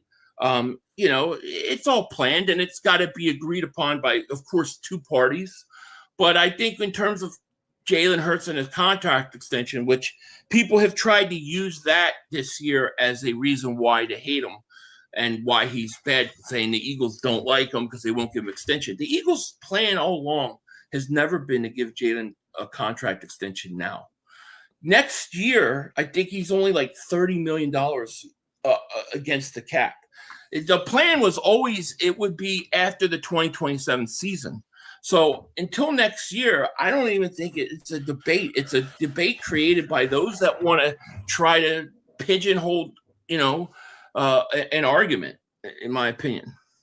Yeah, I think his guarantees are done after this year, where they have to renegotiate something next year, then hopefully save some cap in the process. But even like watching some of the reports from NFL Network the other day, it's like, well, Jalen Hurts is like, they act like it's like he has like a prove it year this year. It's like he's got a new coordinator and he's got this, and I mean, it's like, okay, so how many times have we done this? We've done this a few times already. With Jalen Hurts, he does whatever he possibly can to, make his game better. He can't do so much. He has no control over, play calling. And I mean, obviously last year he had no control over anything. He dealt what he dealt with, and that was pretty much it. So I don't know why it's all on Hurts to have this one good year, like it's a prove it year. I mean, he's definitely got to play well, but they got to do good towards him though, Yeah. Stop the nonsense. Hurts played like dog shit against Green Bay and LA. Took a beating, and Washington team should have been there. Can't see not crossing 50 until the fourth quarter to win. Wait a second. You're pointing out the Green Bay game where he comes out, he throws a touchdown pass first play of the game, right? That was after missing like 4 to 5, 6 weeks of, well, not 6 weeks, but he missed a good month of games because of the concussion. Then you're talking about the LA game where he got hurt. If you remember, he hurt his knee and it was snowing like crazy. So why does he need to throw? Like, how is he playing like dog shit? I don't remember him turning the ball over. Just because he didn't throw 3-4 touchdowns doesn't mean he was playing like dog shit. And in the Washington game, in the NFC Championship game, Hurts destroyed them. I don't know what you mean. They put 55 points up. They destroyed them. And then Kansas City, he destroyed them. They didn't cross the 50 until fourth quarter, but the offense still had to go down. It still was 0-0 at one point. It was 7-0 at one point. It was 10-0 at one point. No, it still started even. Yeah, but Hurts played great. Yeah, he's literally saying the Eagles had an easy way to the Super Bowl in 24, and because I mean, Detroit fucked up in that second half of that game against Washington because they completely just played it safe in that second half. They stopped running the football, and they got outplayed. Washington got there. They got there. You got there in the NFC Championship game, and he also played in another NFC Championship game. I mean, the truth of the matter is when it's all said and done, people aren't going to look at the individual games week to week. They're going to look at and think, Jalen Hurts, Super Bowl winning champion. Dak Prescott, never been in an NFC Championship game. I mean, if we're going to nitpick week to week, you could do that for any quarterback in the league, But the LA game, I don't think he played bad in the LA game. It was snowing. Like, why throw the ball 30 times when you have Saquon Barkley? And then the Green Bay game, I don't remember that game exactly. I'd have to go back and watch, but I know he came out first series and went and scored a touchdown. I don't remember him turning the ball over. They won the game. He couldn't have played that bad. I think that's I just think that's nitpicking. LJ Davis super chat. Running back draw, deep pass to AJ, Kevin Patullo. I know, it's true. Rat Tulo is a great name for him as well. Philly 500, my daughter is 2 years old and laughs every time you sing the Bad Dog song. Big Dog is a mad dog, cause he knows the Giants always stink. They trade on the Beckham, they trade Saquon Barkley. When they give up Saquon Barkley, they draft Daniel Jones, and they still sign GM Sean to an extension. Thank you very much. I haven't sung it in a while, as you can tell. But I mean, the Hurts thing is just God. Just go win. Let's just go win another one, and then nobody can say nothing. Sure. But I mean, just because a guy don't put up like 300 yards and 4 touchdowns doesn't mean he played bad. I don't know. Jay Koch, thank you for super chat. Philly, Jalen's going to be extra motivated this year, and I'd be willing to bet he rushes for at least 400 yards this season. I agree, and thank you so much. And let me say this about the Washington thing, because I think I misunderstood what he said, and you pointed out correctly. Like, he was talking about that they ran into Washington in the NFC Championship game. Well, they would have beat Detroit too.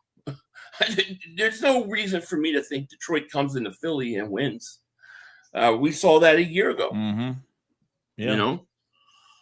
So it's crazy. Jay Koch, thank you for that super chat, by the way.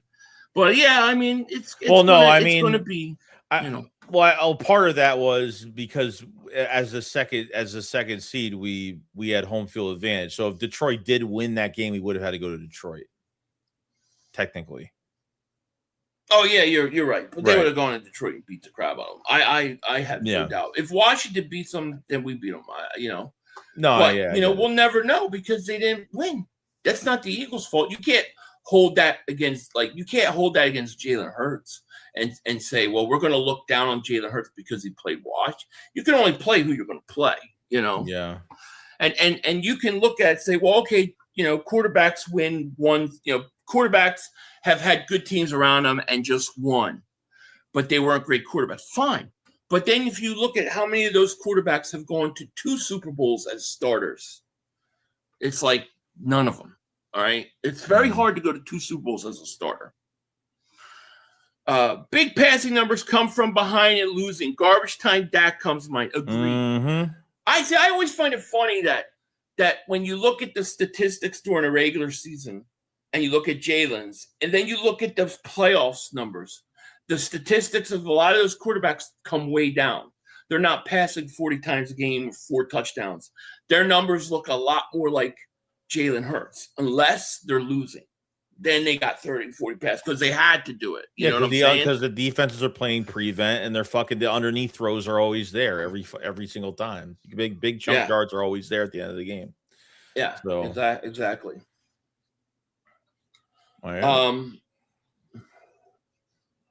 Let's see. Would you take Hurts for Burrow straight up? No.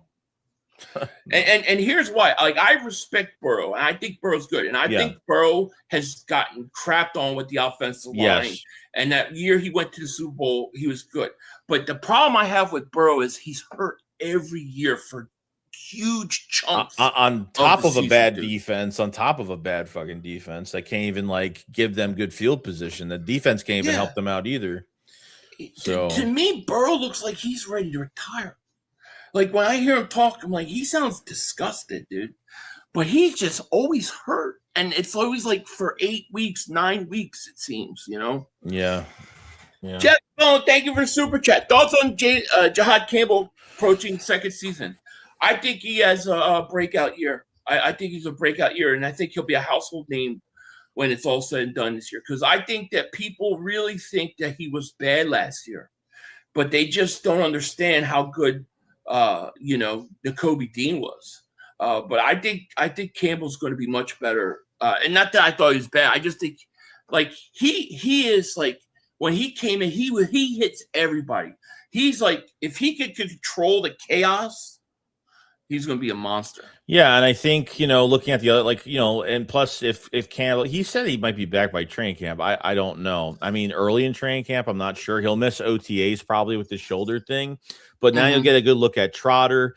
Baughn's only here for one more year. I mean, you get a look at Trotter Jr. You see with this Lawson kid, the undrafted free agent, I want to keep a close eye on him during training camp to see what he could do. So, I mean, you see what your depth is. You might have another linebacker that's already ready to be a good depth piece for the Eagles. So, I mean, it's unfortunate last year that Campbell, Nakobe Dean came back. Campbell, the first 5 to 7 weeks was great. I mean, his pass coverage as an off-ball linebacker is fantastic.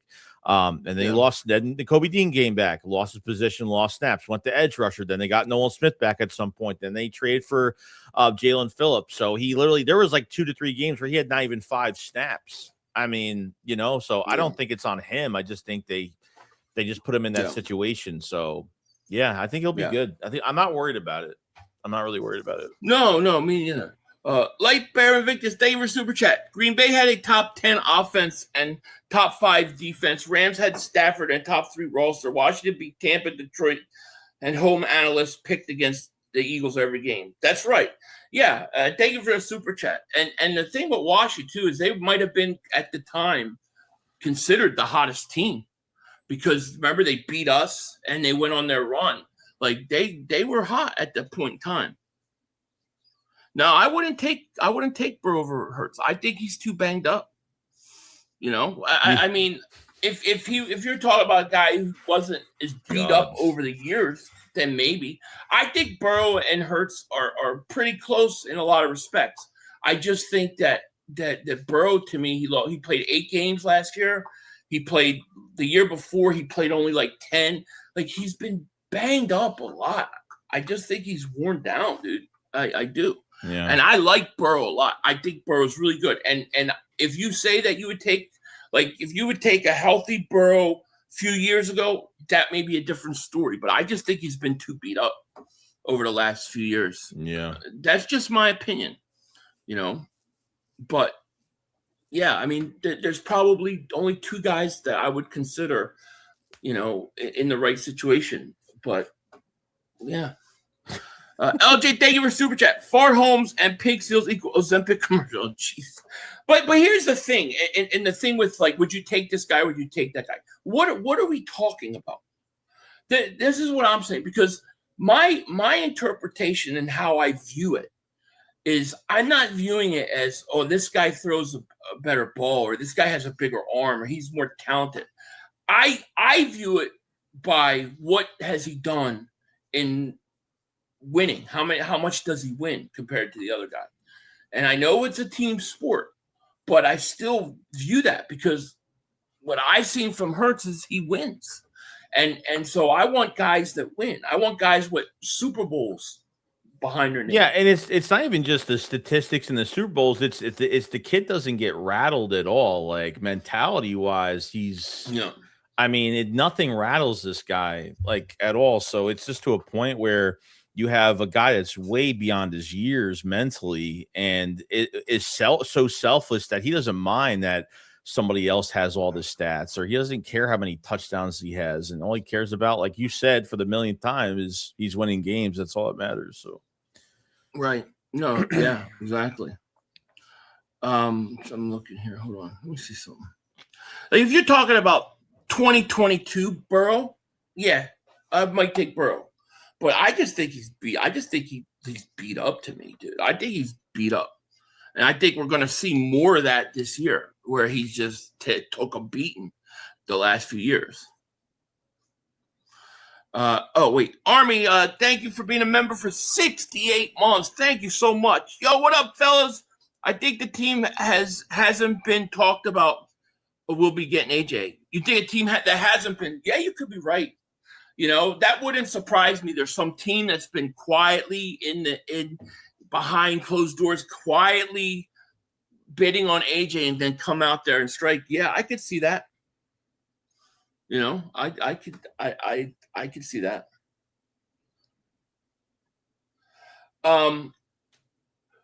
Dagger, thank you for super chat. Healthy Bro is a healthy Jalen 2022.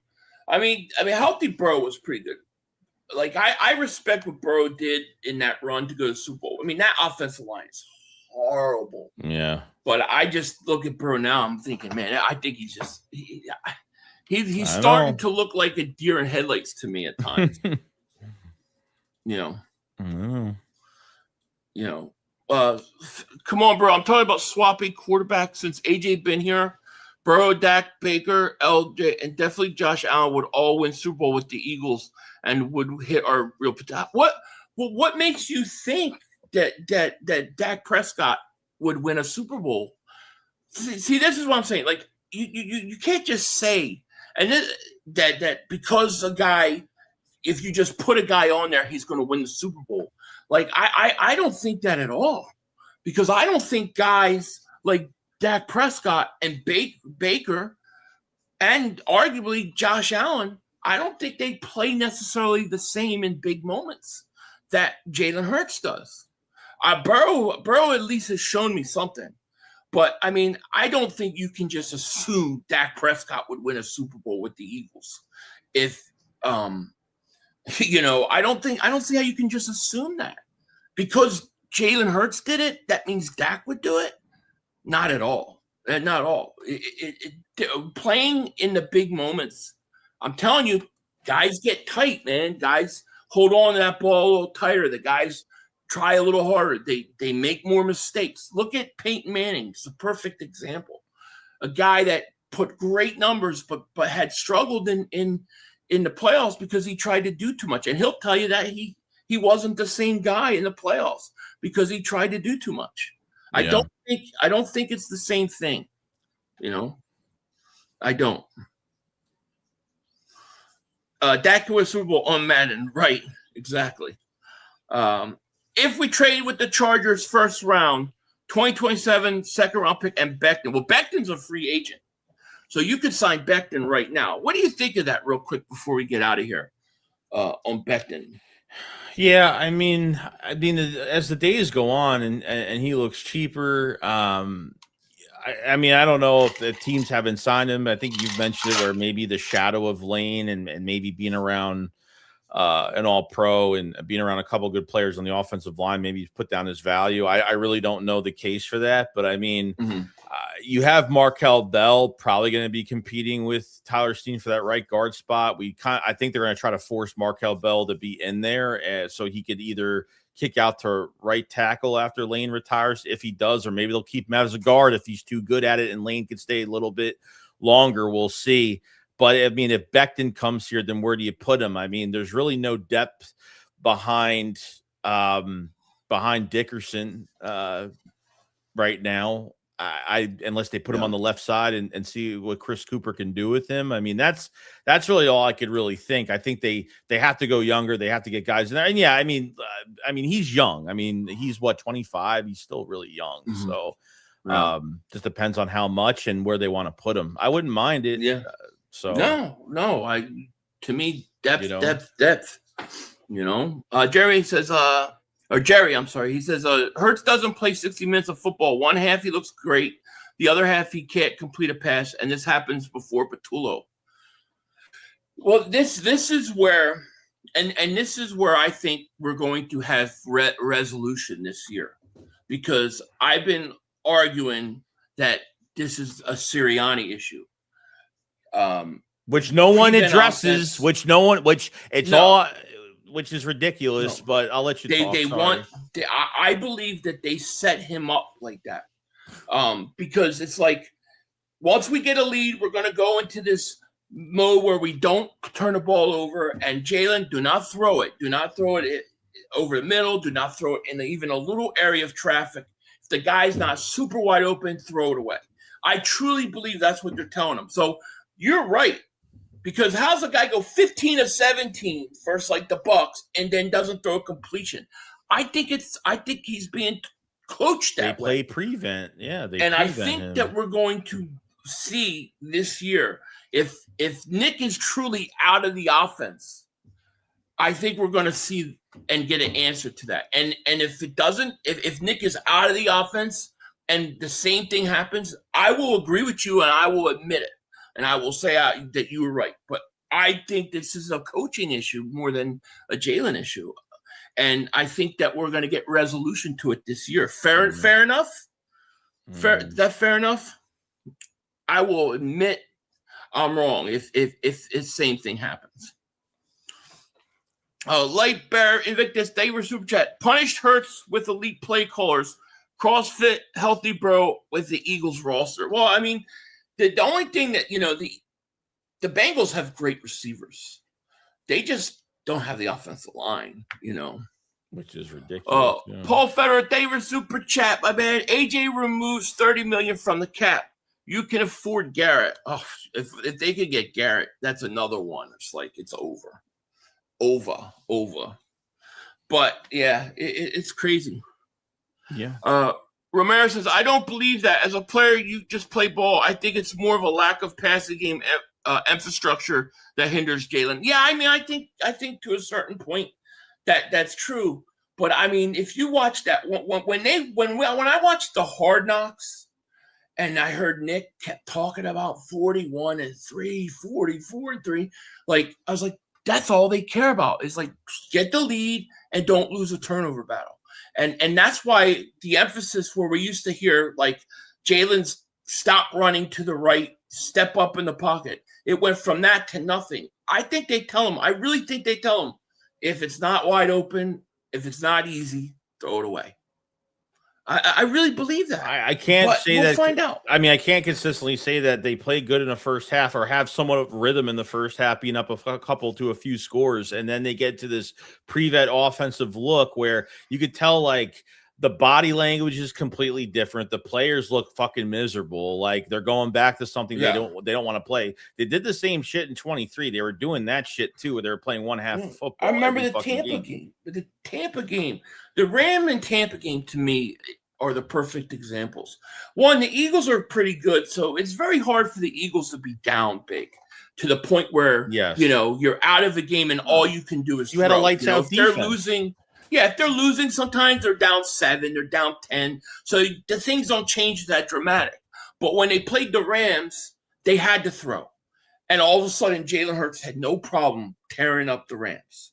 Okay, and then the next week against Tampa, remember what the big complaint about Jalen was going into Tampa game was that he can't read a blitz. He can't beat the blitz. He goes in the first half 9 for 9 against the blitz, and I think 15 of 17. Then he doesn't complete a pass in the second half. But remember when that second half started, we talked about this. It was like before they even ran a snap, you could see the players on the Eagles look like dejected. They looked upset and going, what are they upset about? And I really think it was because they were told we're going into this offense now. Yeah, well, I think it frustrated them. I remember in 22 or maybe it was 21. I don't know. It was It was a game against the Texans. I remember when Jalen, they weren't running the ball enough. And I remember Jalen went up to Steichen and told him, we got to do this. And they ended up changing it for some reason. Like, I don't know why, when things are said, we've seen Hurts and Patul have like arguments or little disagreements on the sideline. But I'm watching the Broncos game. I'm like, how did they lose that? I'm watching the Cowboys game up 21-0. Yeah. And then you got to keep your defense on the field a lot longer, keep your starters out there. Makuba gets fucking hurt the rest of the year. There's just things that don't need to happen. And this is because of a quarterback. Just he's flaking out in the second half. He's just like deer in headlights. I've never seen it. I mean, I've never seen a guy and it's happened a few times where a guy just doesn't even complete a pass. You're telling me that he just forgets how to play football? Yeah, no. I think it's more than that. But I mean, we'll find out this year. I think the one thing about this year is we're gonna find out. You know what I mean? Mm-hmm. I do. Sorry, that was 22. Sorry, Chris. That was 22. Sorry. Yeah. It was 22, not 21. Sorry. I confused. Yeah. I don't remember things. Yeah, it's crazy. But you're right. At the same time, it's bizarre how inconsistent each half looks. If that's the case, then the major head coach flaw that needs to be abolished this season. Yeah, I mean, and that's what we talked about, because remember when Kellen Moore was there, Nick made sure to come out and say, well, we're fusing his offense with my offense and what I want to do. So it's not totally out of there. And that's what I believe. I mean, I could be wrong. I'm not saying I'm 100% right. But when I try to rationalize the craziness of it, and then I watched that Hard Knocks, that made me really feel like, man, they are just really not coaching these guys right. And it didn't seem like they listened to them like they listened in years past. And then you find out that they went behind Stoutland's back to change the run game, and they didn't involve, like, you want to change or do different things in the run game. Why are you not involving Stoutland? So, like, what was really going on here? You know what I'm saying? So, I mean, we'll see. It's just two inexperienced guys. It's one guy that hires another inexperienced guy, experienced guy. That's and together, what is that gonna give you? I feel like if Nick is truly not making decisions offensively, I feel like that what we saw, that inconsistency, will go away. And if it doesn't go away and Nick is out, then I think it's fair to put the blame on Jalen. I do. I agree. But I got to see it first. Light Bear Invictus, thank you for the super chat. Mannion made sure to emphasize how important getting the quarterback in the rhythm is. Fangio also took shots at Patullo. Did he? I didn't catch the shots at Patullo. I'll have to check it out. But yeah, and he talked about footwork and he talked about fundamentals. That I haven't heard anything like that since Steichen. So, we'll see. It's going to be interesting. But I am going on too long ranting here. We are an hour and 45 minutes, Joey. I'm sorry you're on so long. No, you're fine. But we are going to get out of here, guys. I hope you guys have a great day. Interesting conversation, no question about it. Oh, yeah. And, of course, it will continue. It's not going anywhere. So with that said, guys, we are going to get out of here. Hope you guys have a great holiday weekend. Yep. And we will talk to you later. Peace. Peace out. Plenty of time. Come on. Oh, shit! Dad! No! It's over! It's over! This game is over! Cut it off! It's over! Fuck. Congratulations, Green Bay! Congratulations, Green Bay! Congratulations, Green Bay! I said run the ball. Congratulations, Green Bay! Dak Prescott, you need to be fired today! That was on you, Dak! That was on you, Dak! That was on you, Dak! I said run the ball. That was on Dak Prescott! Trying to feed the ball. Trying to feed the CeeDee Lamb! Trying to feed the CeeDee Lamb! You tried to feed the CeeDee Lamb! You got to give it to CeeDee Lamb! God! It's over! It's over, Dak! Put Trey Lance in the game. Trey Lance can't do worse than you. I'm an idiot because I buy into this shit. Because here's the thing. I am a grown-ass man. and I talk the talk. It's now for us to win the game. It is killing me. I feel it coming. You gotta do something. I feel like it's gonna take Jerry Jones taking. Cut it off. It's over.